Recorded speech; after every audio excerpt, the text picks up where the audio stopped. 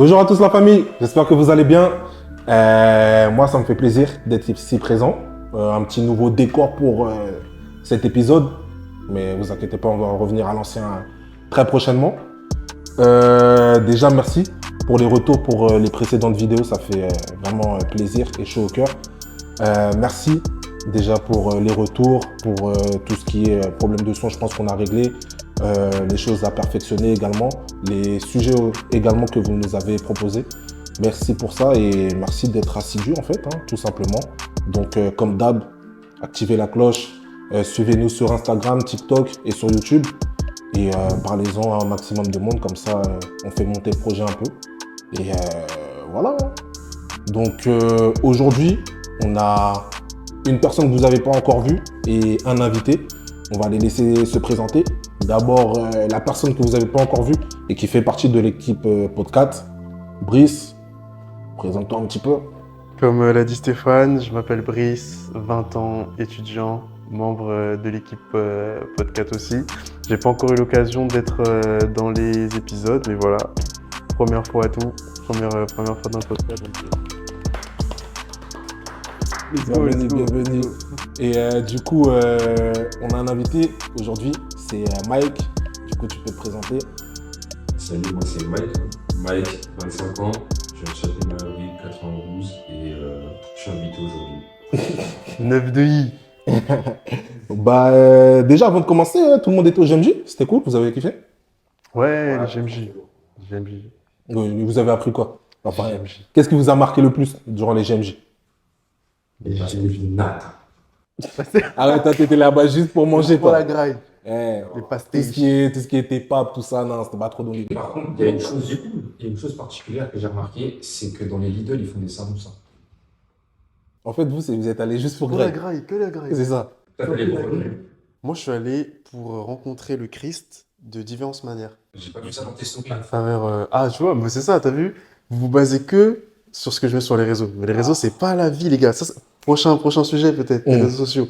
Les réseaux sociaux, c'est pas la vraie vie, les gars. Mais du coup, Tu vois? comment t'as rencontré différemment? Franchement, j'étais hyper surpris. Ce qui m'a marqué, moi, des GMJ, c'est que j'ai fait l'expérience que le Christ est vraiment présent au quotidien dans nos vies. C'est-à-dire qu'à chaque fois que j'avais des galères et que je l'invoquais, je sentais qu'il était là, quoi. Et même quand je pouvais parler avec un évêque, comme avec un simple pèlerin, comme avec un enfant même des fois, bah tu sens que le Christ est en eux de la même manière, tu vois. Enfin, il est présent en eux. Il va se manifester de manière différente, forcément, mais de la même manière. Et c'est ça qui m'a vraiment marqué. Parce qu'on a parfois l'impression que, tu vois, Dieu, c'est un Dieu lointain, on l'a jamais vu, ça date de 2000 ans, on est, tu vois. Mais là, j'ai vraiment fait l'expérience que, en fait, non, il est quotidien dans les petites choses et tout. Amen, amen, Et, amen. et voilà, quoi. Et du coup, la soirée à 1,5 million. Ah bon, c'était un délire. Moi, pour moi, ce qui m'a vraiment marqué, c'est le chant Anima Christi. Qu'on a chanté Anima Christi, genre au moment du Saint-Sacrement. Genre pour moi, c'était un délire. Avec le temps de silence là, c'est flippant. Moi, j'avoue, j'ai dormi, donc je peux pas dire. J'avoue, moi, j'ai J'avoue, dormi. c'est un bail, un temps de silence à 1,5 million. Ouais, tu le sens. Il y a un temps de silence? Oui. Ouais, C'était Non, pas mais c'était pas là. moi, ça, j'ai suivi. J'ai dormi, mais j'ai Moi, suivi j'ai quand même. dormi, Attends, de ça. Non, nous, là, en fait, la journée était dure de fou. Ça, On a c'est marché dur. longtemps, on était en mode de 45. Et en plus de ça, avec des sacs lourds, il y en a, ils ont craqué, tout ça. Du coup, bah, on est arrivé, fatigue, et à un moment, je sais juste que j'ai dormi. Je crois que ça devait être après le discours du pape, je crois, juste après. Ok. Donc, sans plus tarder, on va passer au thème du jour. Attends, c'était comment tes GMJ, toi? Moi, ça a été, Ouais. c'était d'art. Voilà. Moi, c'était d'art, Simple. vraiment. Mais du coup, on va passer au thème du jour, qui est s'accorder le pardon et l'accorder aux autres. Du coup, on va diviser ça en deux parties, comme le sujet l'indique. Du coup, on va parler de soi d'abord, comment nous, voilà, on s'accorde le pardon face à une situation, quelque chose, etc. Et ensuite, comment on donne ce pardon-là aux autres. Du coup, à vous la parole, les gars. J'avoue, s'accorder le pardon, moi, c'est un truc qui est difficile pour moi. Souvent, c'est vraiment difficile parce que j'ai été élevé où, dans grande exigence, genre, tu connais les darons africains, tu vois, toujours exigeants, durs et tout. Et ce qui fait qu'ils m'ont un peu transmis ça. Ce qui fait que j'ai du mal à accepter quand je floppe. Tu vois, quand je tombe dans certains péchés, j'arrive pas à m'en sortir et tout. Ah, c'est un truc que j'ai du mal, tu vois. En fait, je me sens sale, je me sens médiocre et j'ai tendance à me voir plus bas que je le suis, tu vois. Je le sais que je suis pas vraiment comme ça, mais j'ai du mal à. Moi, je sais pas si ça vous fait ça, mais moi, c'est ça en tout cas. Ouais, moi aussi, je suis un peu dans la même phase. Il y a vraiment cette notion d'exigence qui fait que, même par rapport à ma vie chrétienne, tu vois, genre, j'aspire à faire les choses bien, mais je tombe dans certains vices. Et quand tu tombes dans certains vices, bah, ok, tu as le sacrement de la réconciliation, tu vas te confesser. Mais en réalité, des fois, je vais me confesser, mais est-ce que je me suis pardonné à moi-même, tu vois? Ouais. Et parfois, je sais que je me confessais uniquement pour me soulager la conscience, mais intérieurement, genre, je me suis pas pardonné à moi-même. Et je pense que bah, cette notion de s'accorder le pardon en soi-même, en fait, de faire la paix avec soi-même, tout simplement. Après, des fois, je me pose une question, est-ce que cette notion d'exigence, parce on va pas se mentir, en vrai, quand on regarde parmi les chrétiens, nous, notre groupe et tout, je vais pas nous jeter des fleurs, mais on est quand même des bons chrétiens. Tu vois, on pratique, on est quand même fidèle à la doctrine de l'Église, tu vois. Et des fois, je me dis, est-ce qu'on n'est pas trop exigeant, tu vois, avec nous-mêmes? Mais et le danger avec ça, c'est que d'un autre côté, du coup, tu peux devenir trop laxiste. Tu vois, si tu te dis que, bah, en vrai, au calme, je prie, je fais ça, je fais ci, je fais quelques péchés, mais en vrai, vas-y frère, tout le monde fait ses péchés et tout ça, tu vois. Parce que d'un autre côté, quand t'es trop exigeant, t'es dans le mal. Genre, tu culpabilises de fou, tu te sens pas bien et tout. Mais quand t'es pas assez exigeant, tu tombes dans le laxisme. Mais des fois, je me pose cette question, en mode, est-ce qu'on n'est pas trop exigeant en vrai de vrai? Est-ce quand on se regarde autour de nous, est-ce qu'on se dit pas, en vrai, on est déjà bien, tu vois ce que je veux dire, dans le cheminement de foi. En vrai, t'as pas à te dire t'es déjà bien ou etc. Parce que dans tous les cas, que tu sois déjà bien ou tout ça, t'es trop loin. Ouais. Tu vois, dans tous les cas, t'es trop loin, t'es pas assez proche de Dieu, pardon. Euh, ouais, t'es trop loin, On tu peut vois. toujours mieux faire. Ouais, T'es ouais, trop j'ai loin, tu capté. vois. Ouais. Donc en vrai, il n'y a pas cet aspect-là d'exigence. Mm. Moi, personnellement, je l'ai pas. Parce que je sais que dans tous les cas, tout ce que je vais faire, c'est jamais assez, tu vois. J'ai capté. Dans le sens où, bah voilà, on prend la vie, même pas, je vais même pas aller jusqu'au sein, on prend la vie de Jésus, tu vois. Mm. Déjà, tout simple, euh, ok, je suis pas Jésus, tu vois, je suis pas, etc. Mais tant que je peux pas me rapprocher de ce qu'il fait, je n'ai pas le droit de me plaindre, tu vois. Mm. Tant que je peux pas, tu vois, bah, je veux dire, pardonner, tu vois, mes frères, tout ça, etc. Je peux pas me plaindre, tu vois. Ouais. Tant que j'aime pas mes frères et sœurs, j'ai pas le droit de me plaindre, tu vois. Mm. Donc, ça veut dire que le moment où tu vas commencer à te plaindre, bah, c'est le moment où, vas-y, bah, tu seras parfait. Mais Mm. comme tu seras jamais parfait, vas-y, venez, on ferme nos bouches et on travaille, en fait, tu Ouais. vois. Mais ça te fait pas culpabiliser? Te Pas dire du tout. que t'es loin de l'objectif? Pas du tout. Parce Non? qu'en fait, c'est bizarre, mais plus je suis loin, plus je suis proche. Mm. Dans le sens où je sais que j'ai cette dalle-là d'aller voir le Christ, ressembler au Christ, etc. Et c'est cette dalle-là qui va me faire aller à la vie éternelle, tu vois. Donc en vrai, Ouais. tant que j'ai cette dalle-là et j'ai cette envie d'aller voir le Christ, tout ça, etc., bah vas-y, je suis à fond dedans et voilà, tu vois. J'avoue, belle manière de voir les choses. Moi, chez perso, par rapport à ce que tu t'as dit, euh, en fait, avant, j'avais eu plusieurs phases. Il y avait la phase où, genre, dès que je sortais de la confession, je me disais, hey, faut pas que je pêche. J'étais l'impression de tout ça. Et dès que j'allais commettre un péché, je disais, ah putain, c'est mort. Je disais, ouais, ça y est, c'est mort. Je dois recommencer et tout. Et en fait, et ça, c'était au début, on va dire, au début de ma conversion, genre vers les 2 premières années. Et après, au fur et à mesure en fait, de me rapprocher du Christ, d'apprendre, d'avoir des enseignements et lire la lecture de la Bible, en fait, je me suis rendu compte que bah déjà, Dieu est miséricordieux. Et je sais, une fois, c'était un temps de jeunesse et foi. On avait une sœur qui avait son fils en plus, dont j'étais l'animateur à l'école. Elle nous a raconté qu'en mode, le dimanche matin, en fait, elle avait du mal à se lever pour aller à la messe. Et genre, une fois, elle lui a fait la remarque et tout ça. Et après, il lui a répondu, oui, mais tu sais, Jésus, il m'a déjà parlé par rapport à ça. Et elle lui a dit en mode, en rigolant, ah ouais, il t'a dit quoi? Et genre, il lui a répondu un truc vraiment rempli de sagesse et simple. Il a dit oui, il m'a parlé. Il m'a dit fais de ton mieux. En fait, de là, il s'est dit, mais en fait, il a tout dit, il a raison. Fais de ton mieux. Après, le fait de ton mieux, il est, en fait, il est variable selon la personne. C'est ça. Ouais, c'est Le ça. fait de ton mieux de Brice, ça sera pas le même fait de ton mieux de Steph, et ainsi de suite, tu vois. Donc, moi, personnellement, je me dis, je fais de mon mieux, et je sais que je suis faillible. Même si je tombe, voilà, juste tombe 7 fois, je se relève 7 fois. Donc en fait, le plus important, c'est de se relever, c'est pas de rester à terre, tu vois. Ouais. Donc, ouais, et c'est ça qui me fait être indulgent vers moi-même. Mais en même temps, je me dis, c'est un piège si je me dis que, ouais, vas-y, de toute façon, Dieu va me pardonner et tout. Je me dis, c'est un piège, parce que sinon, ça me ferait rester dans le. Mais c'est ça en fait. Dans un T'évolues confort, pas, en quoi. fait, tu vois. Tu restes toujours au même stade, t'évolues pas. Ouais. Moi, c'est ma crainte, tu vois, de me dire que si je suis trop laxiste et tout, en vrai, certes, tu tombes 7 fois, mais je trouve que c'est une dinguerie, tu tombes 7 fois, en fait, t'évolues pas. Tu te relèves 7 fois, ok, tu te relèves, mais t'es toujours au même stade, t'es toujours au même point, tu vois. Et je trouve en tant que chrétien, on est quand même amené, comme disait Steph, à ressembler à Jésus. Donc à aller chercher le plus haut, le plus truc, tu vois.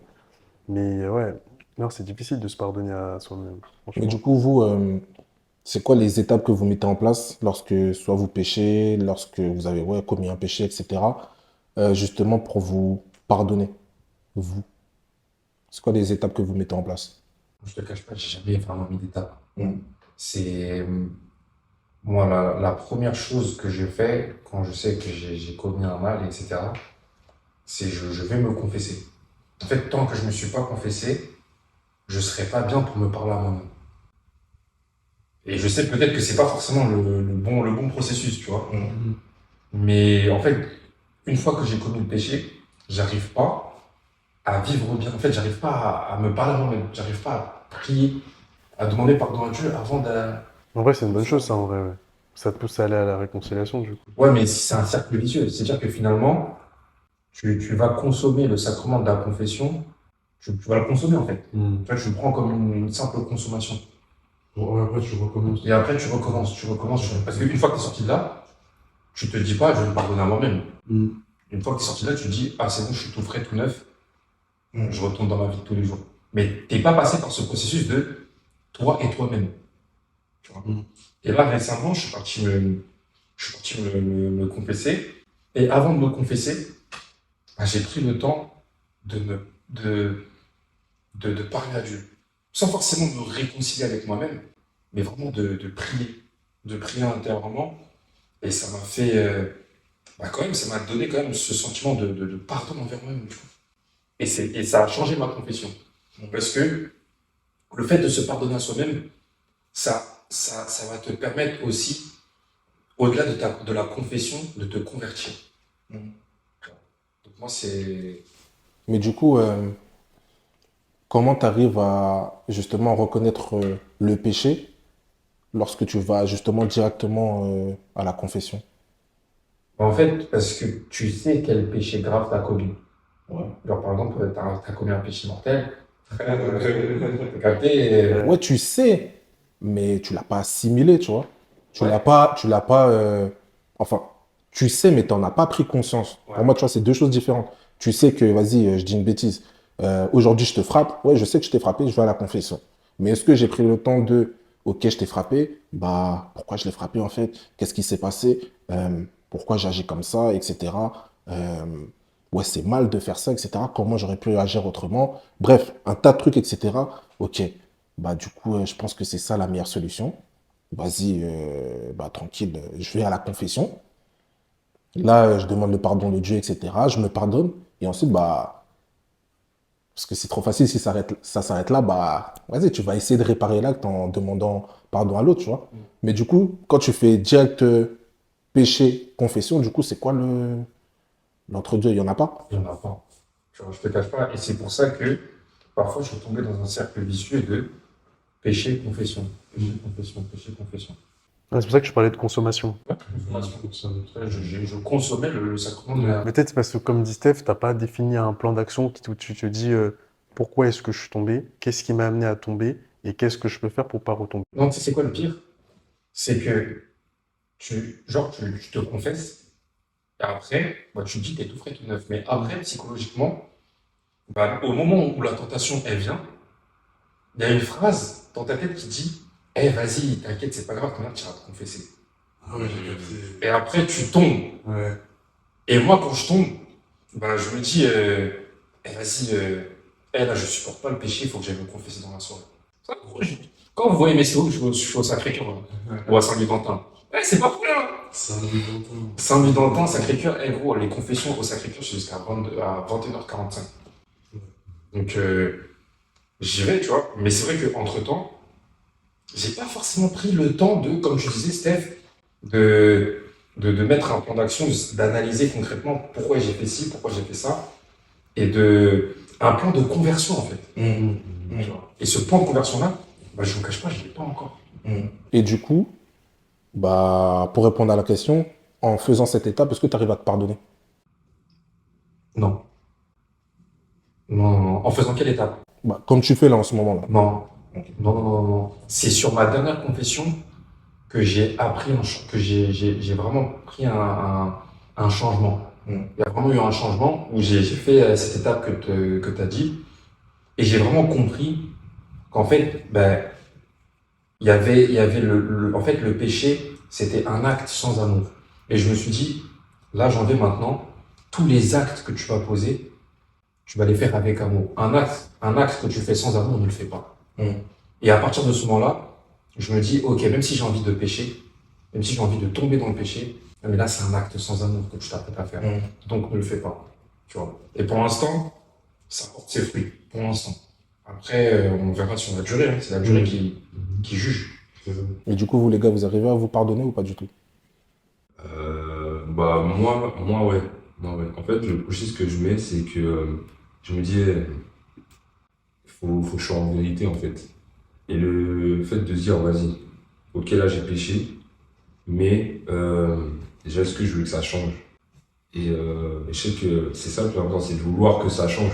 Si tu dis, ouais, j'ai péché, mais vas-y.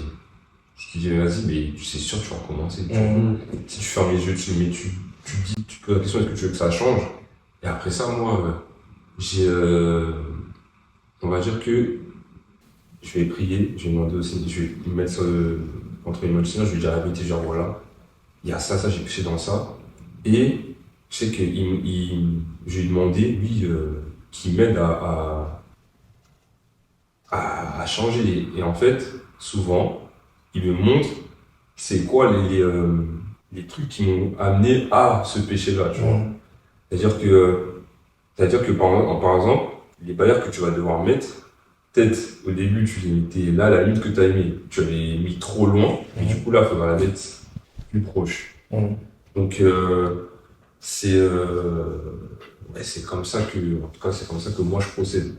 Donc, avant la confession, d'abord, je le dis au Seigneur, et vu que je sais que bah, c'est un truc à confesser, je me dis qu'en fait, il faut que j'aille faire la démarche pour. Donc, d'abord, je le dis au Seigneur, et après ça, je vais le confesser. Du coup, dans la continuité, Brice, toi, est-ce que tu arrives à te pardonner? Est-ce que tu arrives à pardonner les autres? Moi, en fait, moi, j'ai deux cas particuliers où j'arrive pas à me pardonner. C'est quand je sais que l'action que j'ai faite, elle est irréversible. En gros, quand je sais que ça, ce que j'ai fait là, je pourrais plus jamais le changer. Je vois en mode, je sais que c'est gâté, tu vois. Que ce soit, moi, je pense à des situations, des fois à la fac, tu vois, avant d'être en truc, j'étais en double licence allemand, et je sais que dans cette licence-là, je taffais pas, tu vois. Genre, je taffais pas, j'étais pas motivé, c'était une année qui était compliquée pour moi et tout. Et en gros, franchement, si je me regarde face à un miroir, j'ai pas fait les efforts pour réussir, tu vois. Et à la fin d'année, logiquement, j'ai flop. Et je sais que jusqu'à maintenant, c'est un échec que j'ai du mal à digérer parce que c'est passé, en fait, tu vois. L'année, elle est passée. Le truc, je l'ai raté, je peux pas le réparer. Tu vois ce que je veux dire? C'est pas un truc où, vas-y, je me dis, je peux réessayer, je peux recommencer, certes, je peux recommencer l'année, mais l'année là, elle est finie, en fait. C'est-à-dire que j'ai perdu une année, j'ai perdu du temps. Et sur des situations comme ça où je sais que, en fait, c'est cassé, j'ai pas encore trouvé le levier pour me pardonner. Et deuxième truc aussi où j'ai du mal à me pardonner, c'est quand je détermine un péché, je détermine un plan d'action, donc je sais ce qui m'a amené à tomber dans ce péché, donc je détermine un plan d'action pour plus tomber, et je retombe quand même. Et là, dans ces cas-là, j'arrive pas à me pardonner en vrai. Parce que je me dis, j'ai tout fait pour pas tomber, j'avais le plan d'action, je sais pourquoi je suis là, je connais le A plus B et tout, je retombe quand même dedans, tu vois.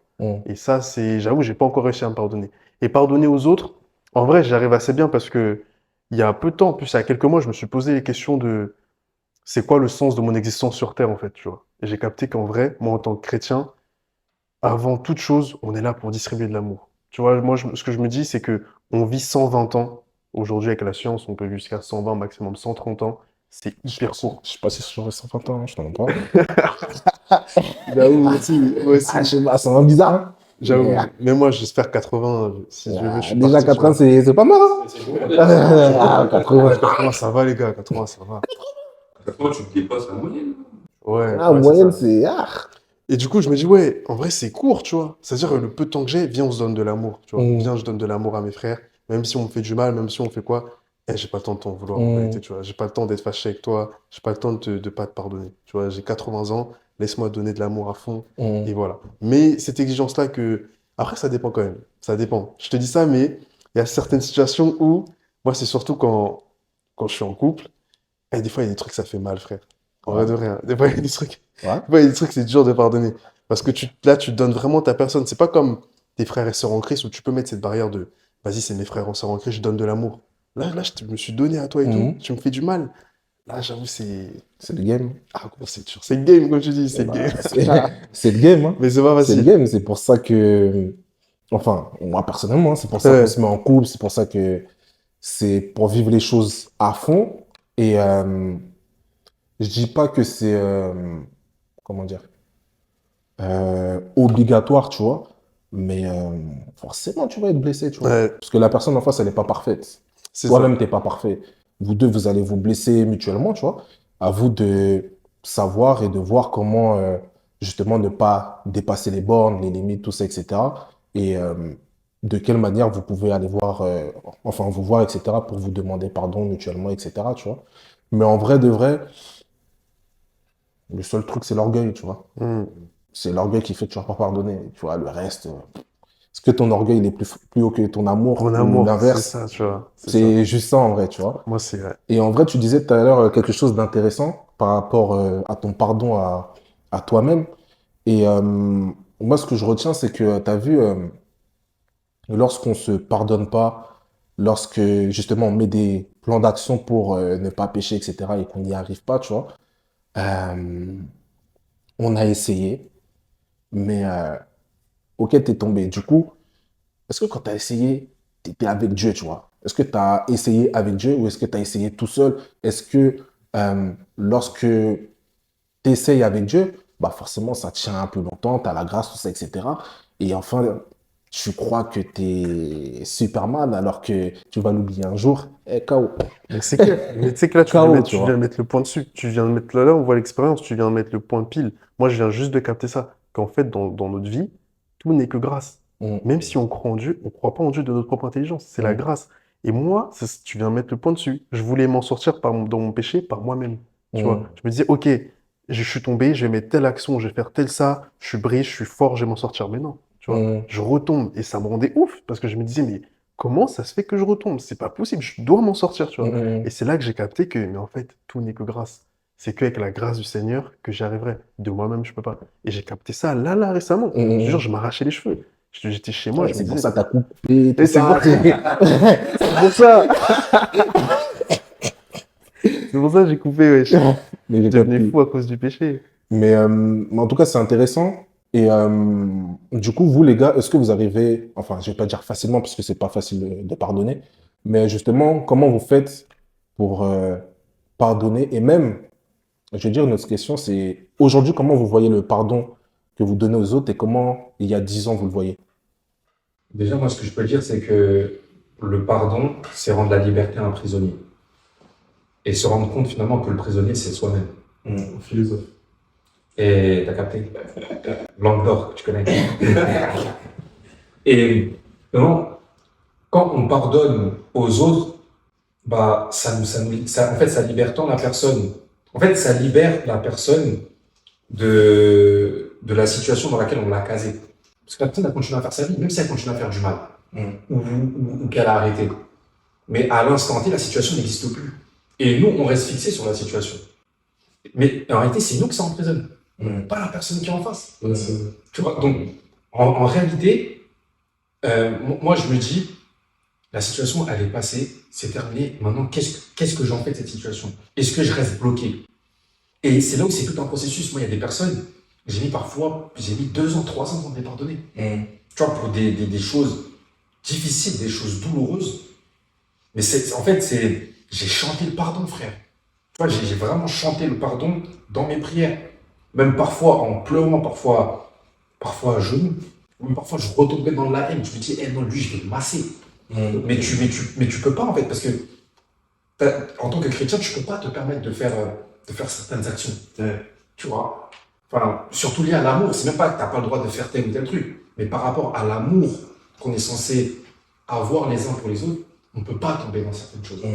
Mais vraiment, c'est très difficile, mais c'est un objectif.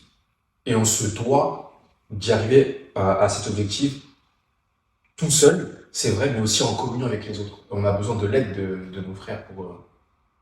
Et juste comme ça, il y a 10 ans, tu voyais comment le pardon? Le pardon, je le voyais comme une faiblesse. Tu vois. Pour moi, frère, c'est entre guillemets œil pour œil, dent pour dent. Tu vois. Et si tu pardonnes, bah t'es faible. Tu vois. Alors que concrètement, non, le pardon, c'est pas. Ah, putain, ça demande une sacrée force. Gros mot quand même. Mais en vrai, moi, j'ai une petite expérience par rapport à ça. C'est que tu as vu, il y a pas mal d'années, hein, tu vois, il s'est passé, tu vois, des choses avec certaines sœurs, tu vois. Et en fait, bah, du jour au lendemain, on s'est plus parlé mais on était, tu vois, comme ça, mais on s'est plus parlé tout ça à cause des événements, etc. Et tu as vu, au début, je m'en foutais un peu. Après, le Seigneur, il te réveille et il te dit, bah, Stéphane, il faut que tu fasses quelque chose là, tu vois. Enfin, il y a quelque chose qui manque, tu vois.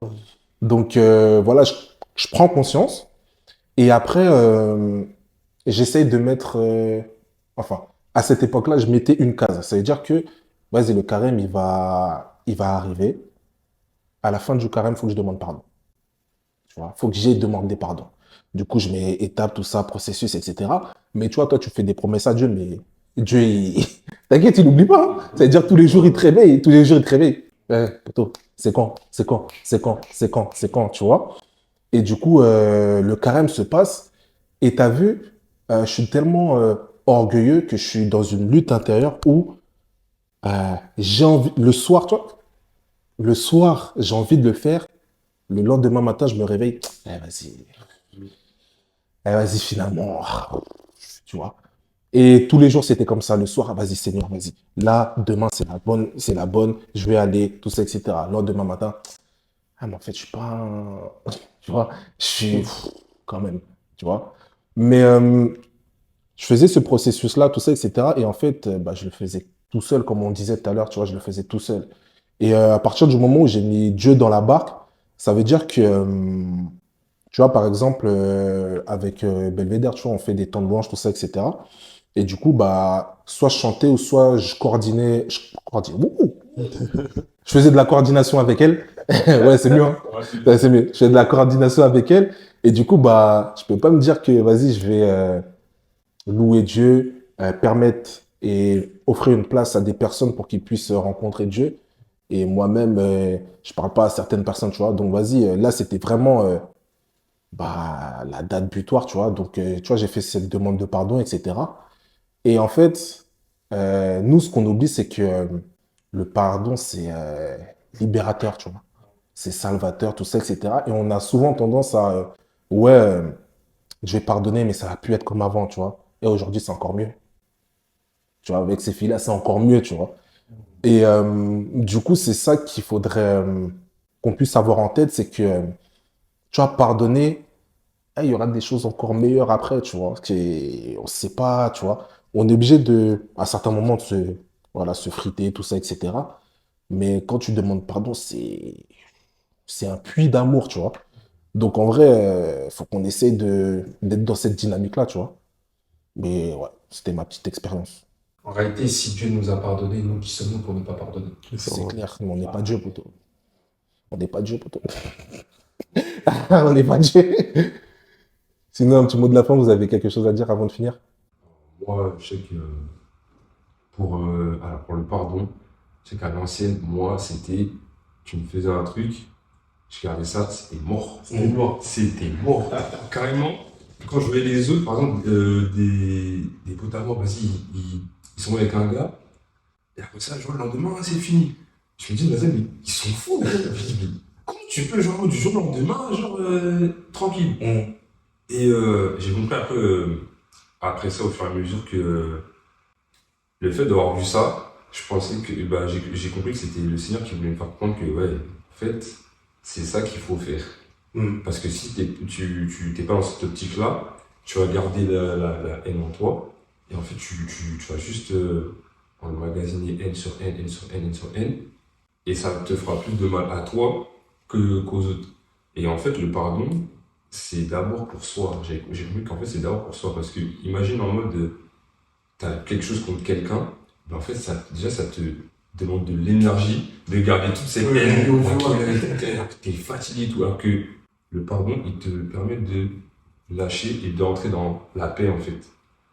Donc, je pense que d'abord, le pardon, c'est avant tout pour soi et après pour les autres. Ouais. Moi, ce que je dirais, hein, c'est que en deux, trois mots, le pardon est libérateur. Le pardon est libérateur. 4 mots, quoi. Non, le libérateur, c'est vraiment Le pardon Pardon. est libérateur. 4 mots. Ah. 4. Ouais, moi, franchement, ce que je dirais, c'est en mot de la fin, c'est que tout n'est que grâce, tu vois.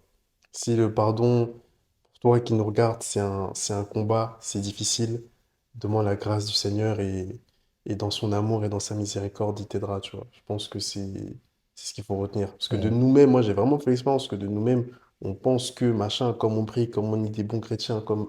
Et on est nuls, frère. On est nuls, on peut pas y arriver. Et du coup, pour moi, ça serait un peu ce que vous avez dit, c'est le pardon, enfin, faut qu'on essaye de voir comme libérer cette personne de prison, tu vois.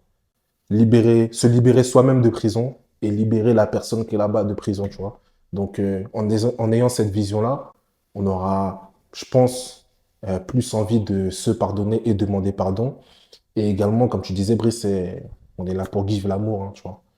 Venons, on donne de l'amour, on donne, on donne, on donne. C'est ce qu'on essaye de faire avec le podcast, tu vois.